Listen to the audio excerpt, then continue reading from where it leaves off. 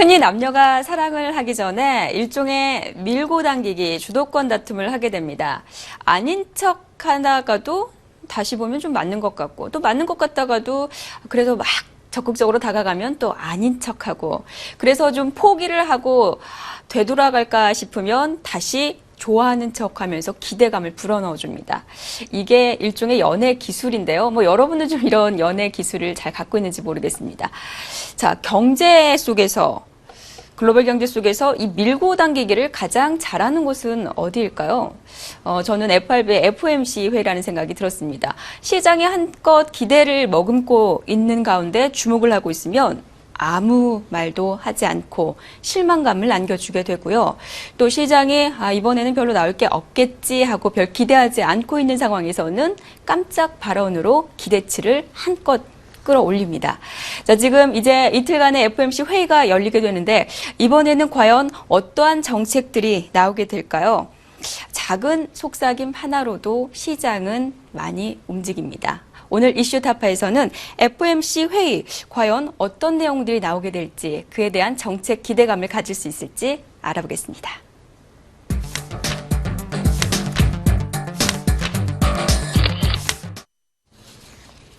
네, 이번 FOMC 회의에서는 미국의 경기 둔화 우려와 더불어서 또 유럽의 재정위기 확산 방지를 위해서 QE3와 또 오퍼레이션 트위스트 정책에 대한 기대감이 그 어느 때보다도 높은 상황입니다.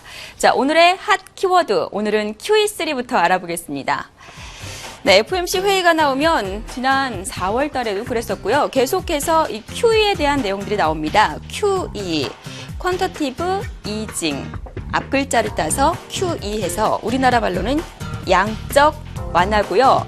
QE3다라고 하는 것은 제3차 양적 완화를 말합니다.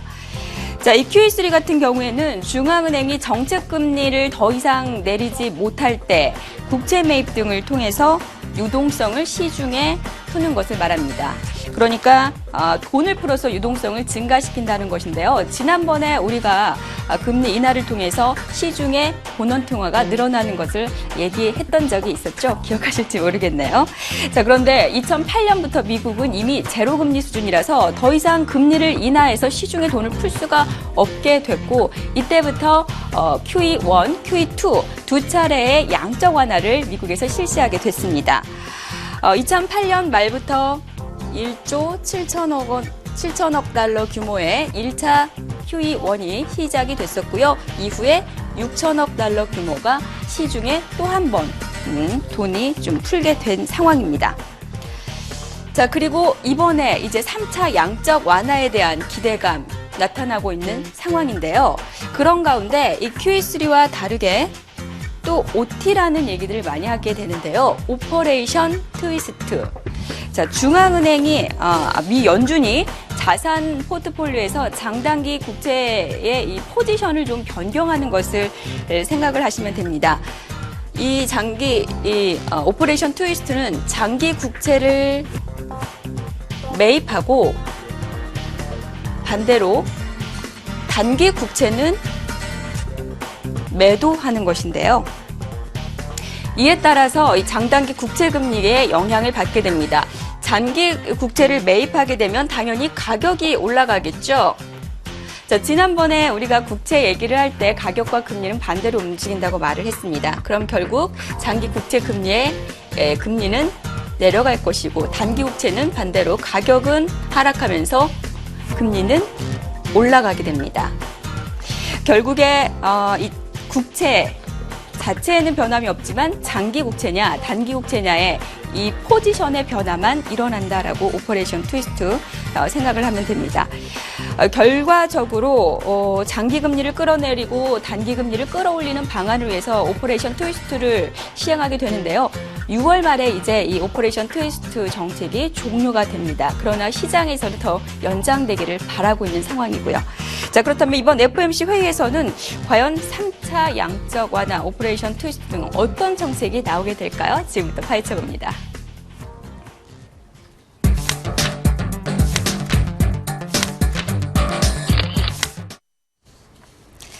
자, 오늘 FOMC 회의와 관련해서 얘기를 나눠볼 분은 우리 선물 외환 강판석 연구원입니다. 안녕하세요. 네, 안녕하세요. 예, 이틀간 이제 FOMC 회의가 열리는데요.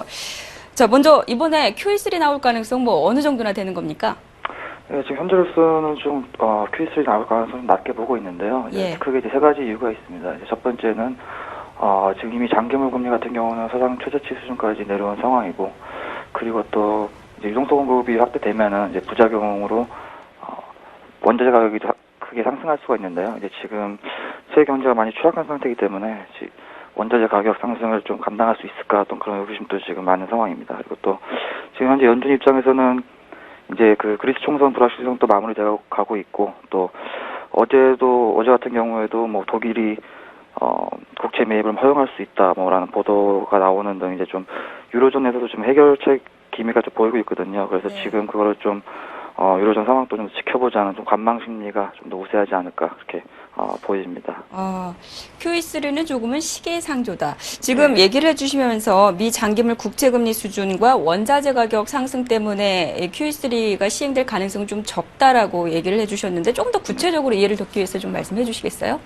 예, 지금 그 미국 국채 금리 수준 같은 경우는 거의 이제 최저치 수준까지 내려와 있습니다. 예. 지금 사실 오히려 실제 양적 완화 시행했던 시기보다 굉장히 낮은 수준에 머물러 있는데요. 지금 따라서 이제 지금 국채 매입을 늘린다고 해서 지금 이미 사상 최저치까지 내려온 국채 금리가 더 이상 내려갈지 여부에 굉장히 의구심도 많은 상황이고, 그리고 네. 지금 만약에 내려간다 하더라도 그 내려가는 그 폭이 굉장히 미비할 텐데 따라서 정책적인 효과 역시도 얼만큼 강할지 지금 의구심이 상당히 많은 상황입니다. 그리고 또 지금 현재 상황 같은 경우는 이제 그 양적 완화 이미 두 차례 시행하면서 원자재 가격이 크게 상승한 걸 이미 저희가 겪은 바가 있는데요. 지금 네.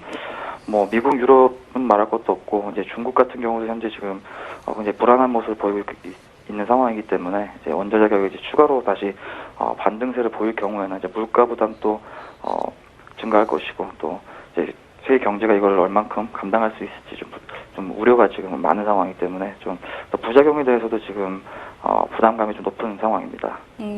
시중에 아무래도 이제 돈을 풀게 되면은 인플레이션 우려, 즉 원자재 네, 가격 상승 때문에 이런 것 때문에 지금은 이제 좀 다른 방향이 얘기가 되고 있다.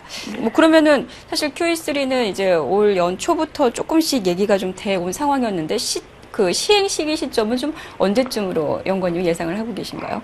지금 이제 연준 양적 완화 좀 주장하는 연준 의원들의 이제 의견들을 보면요, 이제 현재 그 양적 완화 현재 조건은 이제 크게 세 가지로 볼 수 있습니다. 이제 첫 번째는 뭐 경제나 고용 시장 회복 속도가 크게 둔화되는 경우, 그리고 또 경기 하방 리스크가 증대하는 경우, 그리고 목표 물가치인 2%를 하회하는 물가, 뭐 이렇게 세 가지를 크게 들 수가 있는데요. 이제 네. 지금 상황 같은 경우는 사실 그 세 가지 조건을 충족해 가고 있는 상황입니다. 그래서 사실 지금 현 상황에서 딱히 개선세가 보이지 않을 경우에는 뭐 사실 그 추가 조치가 좀 불가피할 수 있는데요. 이제 만약에 이번에는 QE를 발표하지 않는다고 가정했을 때, 그리고 또 대외적인 요건이나 지금 앞서 언급한 세 가지 요건이 계속 충족돼가는 과정이라고 가정을 하면은, 지금 연준이 지금 보유하고 있는 단기 국채 보유량 한계가 있기 때문에 지금 연준이 가지고 있는 단기 국채 보유량을 고려하면은 아마 올해 안에 뭐 10월 달이나 이르면 뭐 9월 달도 이르면 10월 달에서 연말 네. 정도, 그리고 올해 안에는 좀 시행할 수밖에 없지 않을까 좀 이렇게 보고 있습니다. 아직까지는 이 고용 지표의 이런 악화가 추세적인 것인지 여부를 좀 더 보면서 이게 어떻게 보면은 QE3는 마지막 카드이기 때문에 그때 좀 내놓겠다라는 입장이라고 보면 되겠네요. 예, 그렇죠. 예. 지금 그렇다면 이 QE3가 시기상조면 뭐 미국 지금 경제 지표 최근 들어서 나오는 게 사실 좀 불안하지 않습니까? 여러 가지 좀 부진한 이 양상을 좀 나타내고 있는데 뭐 어떤 대책을 기대할 수가 있을까요? 말씀하신 대로 지금 미국 경제 지표 같은 경우 이제 1분기를 지나가고 이제 2분기 들어오면서 굉장히 좀 불안한 양상을 보이고 있는데요. 이제 네. 또 때마침 지금 6월 말에 오퍼레이션 트위스트가 이제 종료가 되고 있습니다. 그래서 현 상황에서 이것을 종료를 그대로 내버려 두기에는 좀 굉장히 부담이 또 많습니다. 그래서 그래서 지금 시장에서 가장 유력하게 보고 있는 부분도 지금 하고 있는 오퍼레이션 트위스트를 연장할 것이다 이렇게 많이 보고 있습니다. 그래서 이렇게 되면은 이제 연준 입장에서는 뭐 정치적인 부담도 피해가고, 또 아까 말씀하셨다시피 마지막 카드인 양적 완화 카드도 아껴두면서 또 이제 국채 금리가 다시 또 반등하는 것도 막을 수 있고 또 시간적인 여유도 벌 수 있어서 지금 현재로서는 이제 오퍼레이션 트위스트 연장이 가장 유력해 보입니다. 지금 글쎄요, 이제 부동산 시장이든 뭐 그런 실업 문제든 소매 판매 이런 그 경제지표 불황들을 오퍼레이션 트위스트 연장으로 다 좀 그런 우려감을 불식시킬 수 있을까요? 좀 충분하다고 보십니까? 글쎄, 그 완전히 이제 지금 예. 불식시키기는 좀 당연히 막 어려울 수밖에 없을 텐데요. 사실 예. 근데 지금 같은 경우에는 뭐 물론 오퍼레이션 트위스트 같은 경우는 연준 그 자산이 확대되는 시기 아니기 때문에 유동성 공급 측면에서 보면 좀 그 양적 완화보다 좀 효과가 제한적일 수밖에 없습니다. 하지만 이제 지금 그래도 연준이 지금 성공적으로 하고 있는 것이 이제 금리를 낮추면서 이제 지금 그 30년 고정 모기지 금리 같은 경우는 굉장히 하락세를 계속 이어가고 있거든요. 예. 그래서 이제 미국 같은 경우는 주택 구매 여력 지수는 꾸준히 상승을 하고 있고 또 때마침 사실 다른 지표와 좀 달리 좀 부동산 지표들은 좀 반등세를 지금 보이고 있습니다. 그래서 지금 같은 경우는 사실 좀 무리수를 두기보다는 좀 지금 현재 반등하고 있는 부동산 지표라든지 이런 걸 좀 더 지켜보자 이런 심리가 우세할 것으로 판단됩니다. 오히려 QE3보다는 오퍼레이션 트위스트 연장 쪽으로 많이 좀 기울 것이다. 근데 일각에서는 지금 장기 국제금리가 이제 초저금리다 보니까 장기채 매입 효과에 대한 한계점을 좀 지적하기도 합니다. 오퍼레이션 트위스트가 결국은 가장자리만 매만지는 꼴이 아니냐, 뭐 이런 대책이라는 지적도 있는데요. 예, 사실은 지금 같은 경우는 이렇게 앞서 말씀드렸다시피 이제 QE3 같은 경우는 좀 여러 가지 측면에서 볼 때 좀 무리한 부분이 있고 또 그렇다고 또 지금 상황을 이렇게 오퍼레이션 트위스트 종료를 하게 내버려둘 수도 없는 상황이기 때문에 딱히 지금 다른 대안은 없어 보입니다. 그리고 물가 같은 경우는 사실 조금 더 지켜볼 필요가 있을 것 같고 그리고 지난번 그 연준 그 경제 전망 같은 거 보면은 굉장히 이런 것들 상향 조정한 바가 있거든요. 그래서 일단은 좀 지켜보자 또 이런 심리와 그리고 또 지금 현재로는 다른 대안이 없다 뭐 이런 측면에서 볼 때 지금 상황에서는 역시 이제 현 정책을 좀 연장하는 그런 쪽으로 갈 것 같습니다. 여기서 좀 한 가지 좀 정리만 해보고 넘어갈게요. 네. 만약에 이제 QE3를 실시했을 경우와 오퍼레이션 트위스트를 실시했을 경우에 그 효과의 차이가 뭐가 나타나는 건가요? 일단은 그 유동성 QE3 같은 경우는 국채 매입을 해서 이제 유동성 자체 공급을 늘리는 것이고요. 오퍼레이션 트위스트 같은 경우는 이제 부동산 모기지 금리랑 좀 관련이 높은 10년 장기물 금리를 유지를 시키면서 그러니까 단기물 국채를 매도하고 장기물 국채를 매입하는 식으로 해가지고 자기 가지고 있는 자산 내에서 이렇게 돌리는 것이거든요, 말 그대로.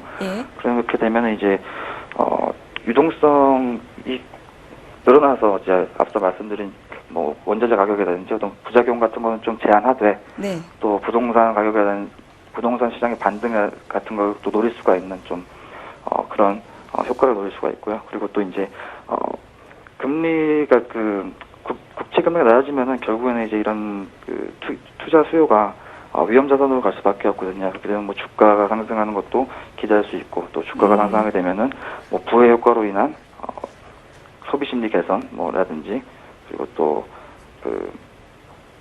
뭐 소매 판매 이런 것도 반등세를 또 노릴 수가 있고요. 그렇게 볼 수 있겠습니다. 시장에서는 이 둘 중에 한 가지만 나와도 실망은 하지 않을까요?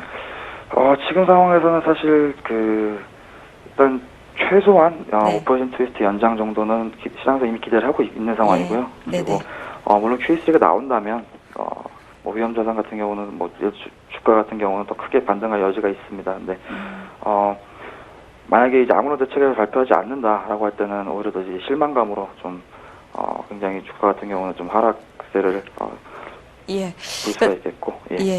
그렇군요. 지난 4월 FOMC 회의에서 연준이 이제 올해 경제 성장률 전망치를 올리고 오히려 이제 실업률 전망치를 좀 낮췄었습니다. 이번 6월 FOMC에서는 전망치 어떻게 나올 것으로 예상할 수 있습니까?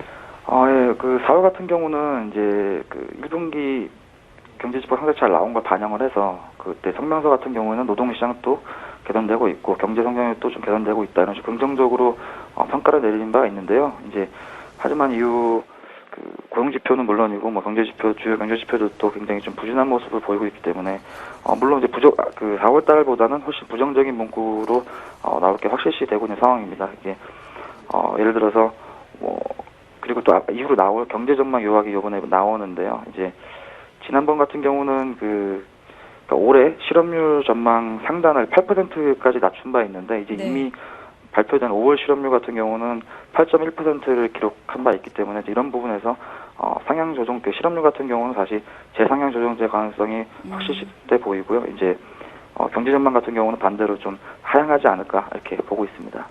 FOMC 정책 결정 성명서 발표 후에 또 벤 버냉키 의장이 기자회견을 갖게 되는데 투자자들은 어떤 점을 좀 주목해서 봐야 됩니까?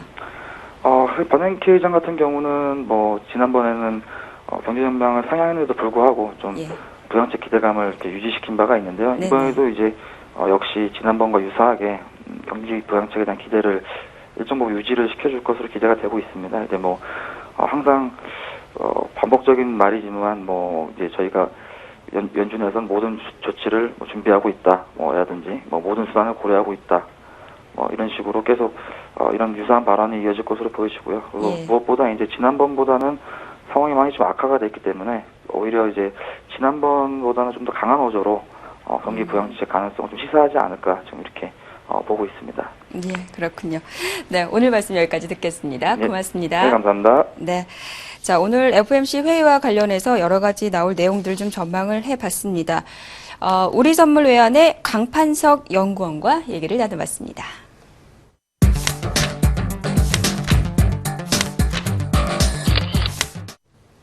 네, 이번 6월 FOMC 회의 QE3보다는 오퍼레이션 트위스트 연장 쪽으로 무게감이 실리고 있는 상황이고요. 6월의 경제 전망은 조금은 하향 조정될 가능성이 높아지고 있는 상황입니다.